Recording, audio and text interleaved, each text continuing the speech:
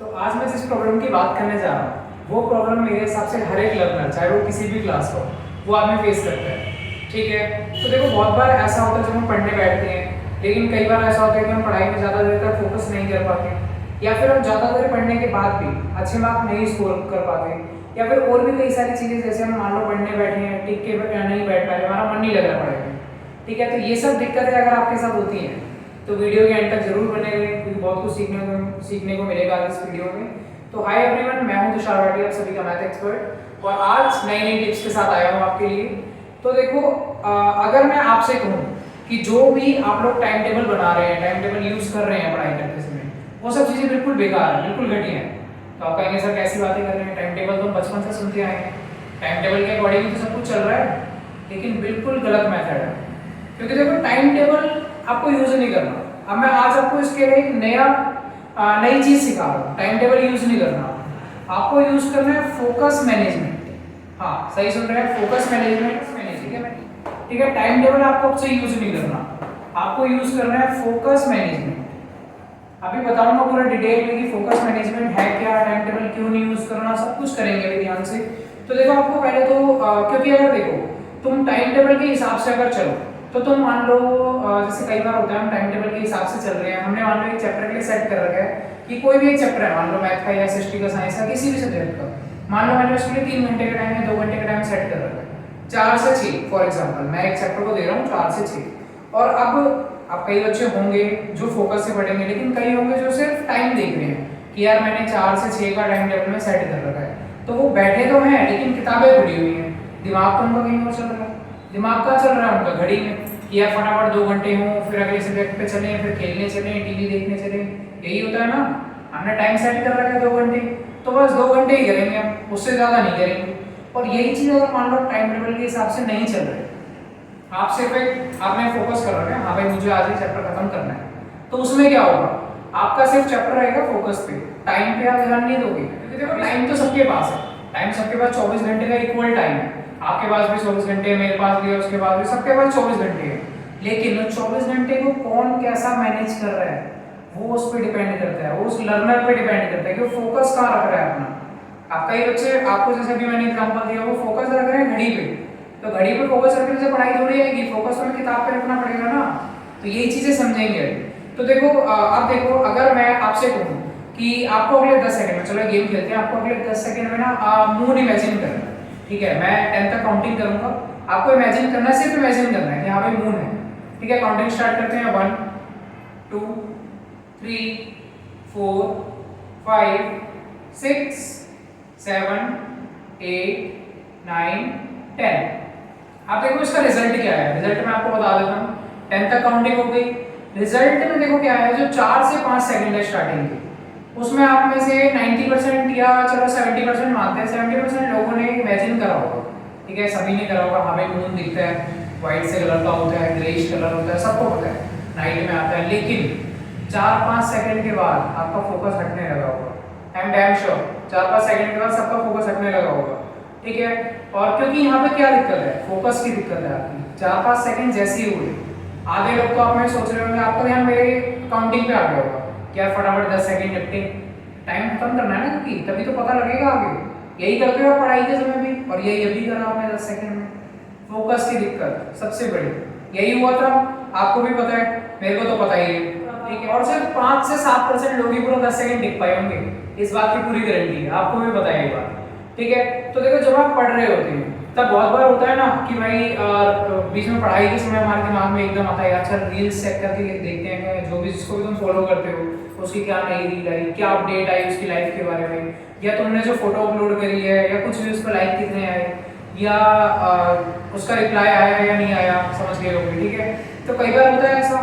तो देखो क्योंकि आपका फोकस कमजोर है, ठीक है, फिर फोन उठाओगे और फिर टाइम उसमें बीत जाएगा, क्योंकि एक बार रील की दुनिया में आ गए तो चलती रहेगी, स्क्रॉलिंग चलती रहेगी, यही होता है। तो मेन प्रॉब्लम टाइम मैनेजमेंट नहीं है, मेन प्रॉब्लम है फोकस मैनेजमेंट।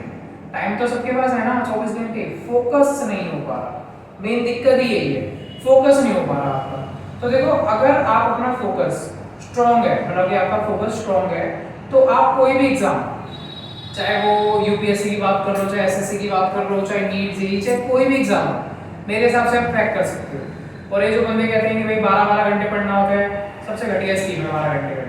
मेरे हिसाब से पता नहीं किसने क्या सोच के बनाया होगा कि 12 घंटे पढ़ना होता है। क्या तुक क्या है इस बात का 12 घंटे पढ़ने का? भाई 12 घंटे कौन पढ़ता है? पहले तो मेरे को ये बताओ, तो पागल थोड़ी होना 12 घंटे पढ़ के। आदमी 4 घंटे में भी पूरा कर सकता है, बस फोकस स्ट्रॉन्ग होना चाहिए। अब वो 12 घंटे वाले वही होते हैं टाइम टेबल वाले, तो आपको 12 घंटे में नहीं जाना, 4 घंटे में जाना है, सिर्फ फोकस मैनेज करके। फोकस स्ट्रॉन्ग रखो, 4 घंटे स्ट्रॉन्ग रखो। 12 घंटे पढ़ने का मतलब है पहली बात तो 12 घंटे में पढ़ ही नहीं सकता लगातार, ठीक है। 12 घंटे का मतलब है आदमी 6 घंटे उसमें से टाइम वेस्ट कर रहा है अपना, सीधी सी बात है। वो उन बंदों को ही पता है 12 घंटे वालों, ठीक है। और जो बंदों को करना है वो 4 घंटों में भी कर लेते हैं। तो आपके ऊपर है बात कि आपको अपना फोकस स्ट्रॉन्ग रखना है या टाइम स्ट्रॉन्ग रखना है, वो आप देखो।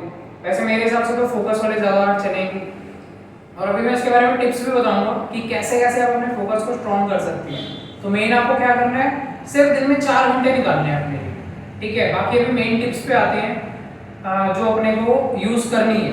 पहला काम आपको क्या करना है, पहला काम आपको ये करना है जब भी आप पढ़ने बैठ रहे हो, क्योंकि देखो कोई भी बंदा होगा मेरे हिसाब से आधा घंटा या 40 मिनट, उससे ऊपर का फोकस कोई नहीं कर सकता। ये साइंटिफिकली प्रूव भी है कि 40 घंटे से ज़्यादा, 40 मिनट से ज़्यादा एक टाइम पे बंदा टिक के मतलब फोकस करके नहीं पढ़ सकता। तो आपको क्या करना है, 40 मिनट नहीं पढ़ना, आपको पहले पढ़ो।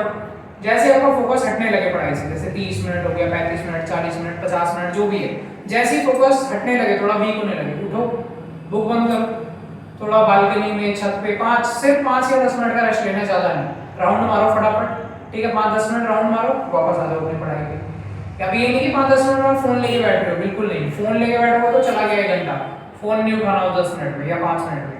चुपचाप बुक बंद करो, जाओ छत पे बालकनी में चक्कर मारो 2-4, थोड़ा दिमाग फ्रेश होगा। या फिर दूसरा आप क्या कर सकते हो, वहीं पे जो भी स्टडी टेबल है जहाँ भी आप बैठ के पढ़ते हो, बुक बंद करो, 5 मिनट के लिए आंखें बंद करके और हेड डाउन करके आंखें बंद करके रिलैक्स होकर बिल्कुल सो जाओ, ठीक है, सिर्फ 5 मिनट। और 5 मिनट का टाइमर लगा लो, 5 मिनट बाद अपने आप उठो, वापस बुक खोलो, वापस वही 40 मिनट, फिर वही 5 मिनट का रेस्ट, फिर 40 मिनट। ऐसे करते करते आपका एक टाइम ऐसा आएगा कि आपको बीच में रेस्ट लेना ही नहीं पड़ेगा, क्योंकि अभी आपको हैबिट ही नहीं है ना। तो मेन क्या करना है, जब वीक होने लगे फोकस, बुक बंद और थोड़ा रेस्ट चालू, सिर्फ 5 से 10 मिनट, उससे ऊपर नहीं, ठीक है। दूसरा काम आपको क्या करना है, दूसरा काम आपको ये करना है कि आपको खुद को टारगेट देना है, ठीक है। अब खुद को टारगेट कैसे दे पाओ, सुबह सुबह उठे, ठीक है, उठते के साथ ही फ्रेश वगैरह हो गए और अपने आप को टारगेट दे दो कि यार आज मुझे मान लो कोई भी एक चैप्टर ये खत्म करना है, मैथ का एक चैप्टर खत्म करना है, साइंस का एक चैप्टर खत्म करना है, या कोई एक टॉपिक खत्म करना है।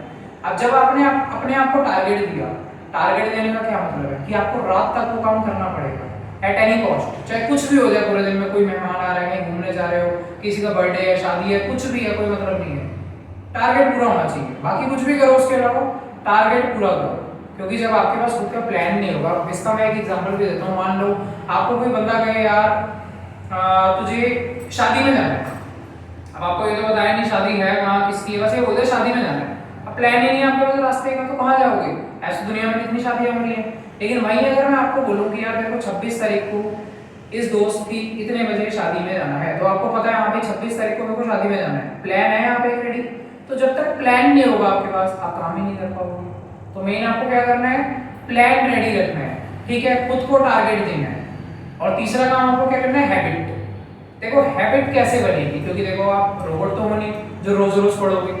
तो मेरे हिसाब से भाई देखो एक तो रोज का पहले तो अपना टाइम फिक्स करो। देखो किसी किसी दिन ऐसा होगा कि आप बिल्कुल अपने पीक पे 6-6, 8-8 घंटे में पढ़ रहे हो, ठीक है, वो आपके ऊपर डिपेंड करता है। और किसी दिन ऐसा होगा कि पढ़ाई में मन नहीं होता, 1 घंटा ही पढ़ता है आदमी, होता है ऐसा, सबके साथ होता है, ठीक है। कोई दिन होगा मतलब 6-6 घंटे भी पढ़ेगा, कोई दिन होगा 1 घंटा, क्या पढ़ाई में मन ही नहीं लग रहा, तो ठीक है, जिस दिन मन नहीं लग रहा अब ऐसा रोज रोज नहीं करना, वीक में एक दिन बना लो अपना, जैसे कि मान लो संडे बना लो, ठीक है। संडे का दिन तुमने क्या करना है, संडे का दिन तुमने एक्स्ट्रा नहीं पढ़ना, जितना तुमने उस वीक में पढ़ा, मंडे से सैटरडे 6 दिन पढ़ाई करी, उन 6 दिन की पढ़ाई को तुमने अपने दोस्तों से पूछना है, जो भी तुमने पढ़ा।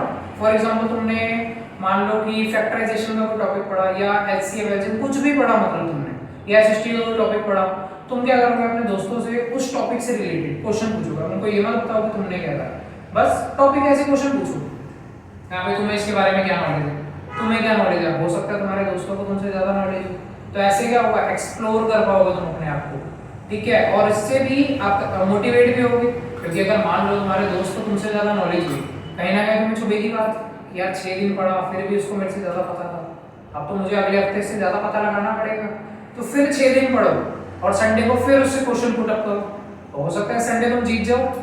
तो मेन क्या करना है, पहला काम तुमने सबसे पहले तो जब भी पढ़ने बैठो फोकस जैसे ही वीक हो, उठो 5-10 मिनट का राउंड लो या फिर वहीं पे 5-10 मिनट हेड डाउन करके रिलैक्स करो। दूसरा काम अपने आप को टारगेट दो। तीसरा काम हैबिट मेंटेन करो। ये 3 काम कर लो, फोकस स्ट्रांग होगा, फोकस स्ट्रांग होने से ही आपके मार्क्स भी स्ट्रांग होंगे, गारंटी है इस बात की।